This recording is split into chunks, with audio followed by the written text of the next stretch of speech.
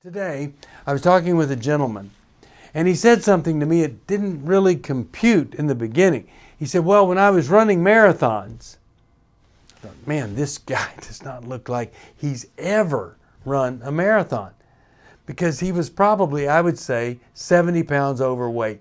It looked like that I might have my eye put out from one of his buttons popping off and hitting me in the eye. It was hard to concentrate because, don't move too much there or I may end up in trouble.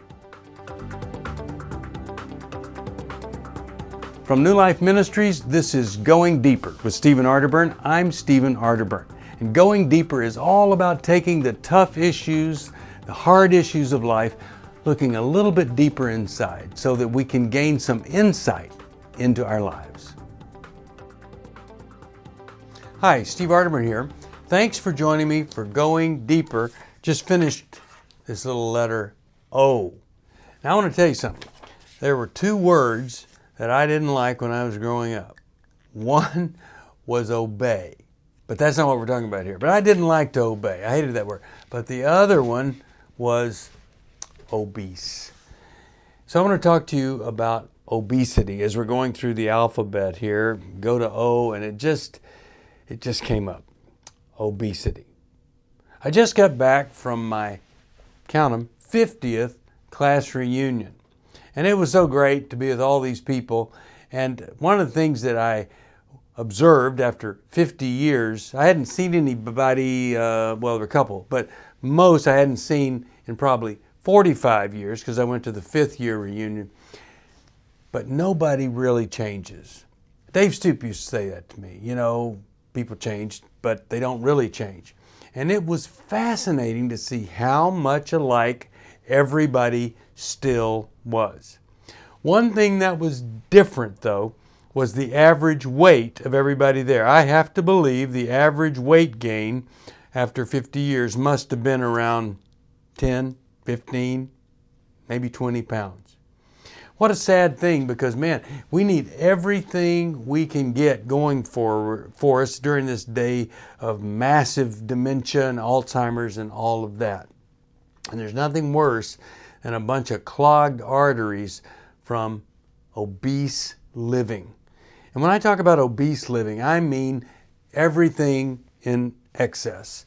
And when it comes to food, obesity, well, there's morbid obesity. We know what that's all about. That's that 400, 500 pound extreme person. But that you don't have to be 400 pounds to be morbidly obese, which means you're going to die. You are going to die from this. But obesity in general is not just being a couple of pounds overweight or 10 pounds overweight.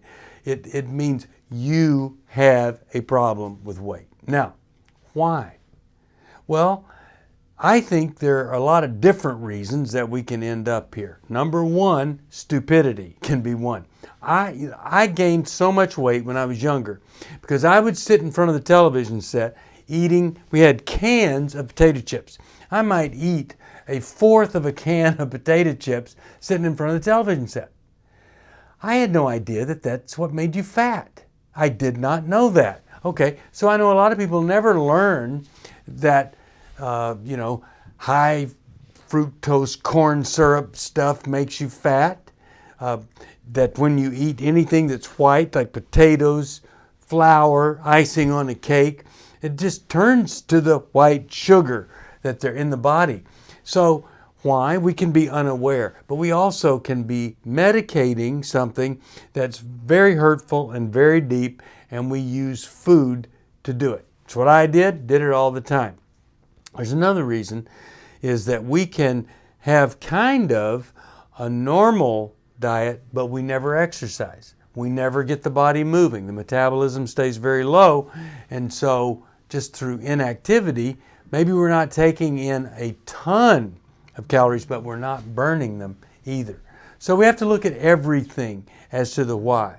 Now, if my why is that I was deprived as a child of many things and I live in this scarcity mentality, maybe I'm eating because I'm afraid I'm going to go hungry. I don't even know that I'm doing this, but unconsciously, maybe I'm afraid of starving to death, literally. So once I start to deal with the wound that's there, this deprivation that I feel, or maybe I don't feel it, but it's there, then I don't have a need to compensate or overcompensate with food. Maybe I'm just hurting. I have a wonderful relative who had a heart attack recently, and she said with the loss of her husband, she started eating little Bluebell ice cream cartons at night as a way to comfort herself. It was her only friend. I know what it's like to only have food as the source of comfort, but it's not really your friend. It's more like a personality disordered friend. It tells you it loves you in the beginning, but it ends up turning against you, and it becomes your worst enemy ever. So we don't want to just do stuff because it feels good or it's relieving in the moment, because it could be clogging the arteries and killing us. So if you're unaware, we can learn about nutrition. If it's that you're medicating yourself for a deep wound, we can resolve the wound, and then you don't have to do it anymore. Okay, so who do you turn to when there's a problem? Well, I think there's several people you can turn to. I don't think that if you've got a wound that just exercising is going to be the answer. It's going to help a lot, but I think we really need to have a counselor to work with us.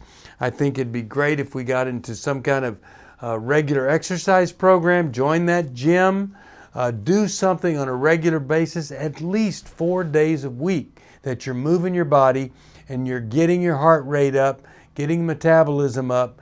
And then it's so amazing that becomes kind of a source of relaxation and enjoyment. So you're not so desperate. You're not feeling so down in need of some kind of lift that maybe you've learned comes from eating. All right.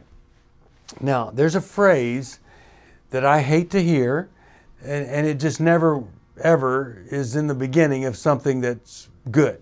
And it's this phrase: all you have to do is this. There is no all you have to do, meaning you just do this one thing. You can't lose weight just by having salad at lunch. All you have to do is just have a salad at lunch. Yeah, you know what? I've seen people have a salad at lunch, and then it's like they're eating an entire buffet at dinner. So there's no all you have to do. In fact, you ought to think about that phrase in a different way. Look at all you have to do. And that's a multidisciplinary approach to dealing with it. My body needs to move. The food I eat needs to be healthy and whole, not junk, not full of sugar. I need to take care of the spiritual part of my life. And you know, when you are a spiritually motivated person or a person with a spiritual foundation, here's something that you end up with is a gratitude about life, a gratefulness to be alive. You want to preserve that life. You know, if you look out into the universe and you see billions of stars and billions of galaxies, and here's ours, and it's the only place that somebody is alive, a real live person is alive. And then you look at the United States of America, we're part of the 20% of the people that are born into a free government or society or culture. We've hit the jackpot. So we ought to take that life and want to make the best of that life and preserve it and strengthen it rather than just let it go or destroy it. Today, I was talking with a gentleman, and he said something to me that didn't really compute in the beginning. He said, well, when I was running marathons, I thought, man, this guy does not look like he's ever run a marathon, because he was probably, I would say, 70 pounds overweight. It looked like that I might have my eye put out from one of his buttons popping off and hitting me in the eye. It was hard to concentrate because, don't move too much there or I may end up in trouble. And when he got up, well, it was a process. First, we got to push off here and we're pushing off over here. And I just thought, man, do I want to help this guy? But it was also a cautionary tale that no matter what you're doing today, how intense or whatever it is, if you're not planning on doing it tomorrow, it's not going to help you. That's why we need to find a way to eat that we can maintain and sustain ourselves over a lifetime. Exercise that we can do forever. A way truly to live and not to die.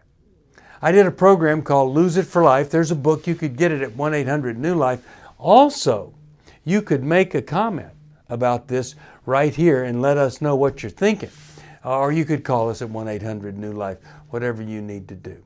In the meantime, be sure you're not eating to change the way you feel, that you're eating to change the amount of strength that you have, the calories that you need to function. And one of the things I say to myself, let's eat so that we can think better, not feel better. Eat to think, not just to have a different way of feeling. Let's go deal with the misery, and then we don't have to consume so many calories and perhaps avoid that horrible state, that frustrating place to be called obesity.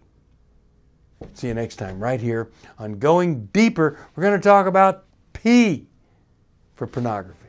See you then. Thank you for joining me for Going Deeper. I hope something I've said may have helped just a little bit. If you have a question you'd like me to answer or comment, just email me at stevesocial@newlife.com. I'll see you next time. If you want to support Going Deeper with Stephen Arterburn, be sure to subscribe so you never miss another episode. And if you know someone who would benefit from this episode, be sure to share it with them. See you on the next Going Deeper with Stephen Arterburn from New Life Ministries.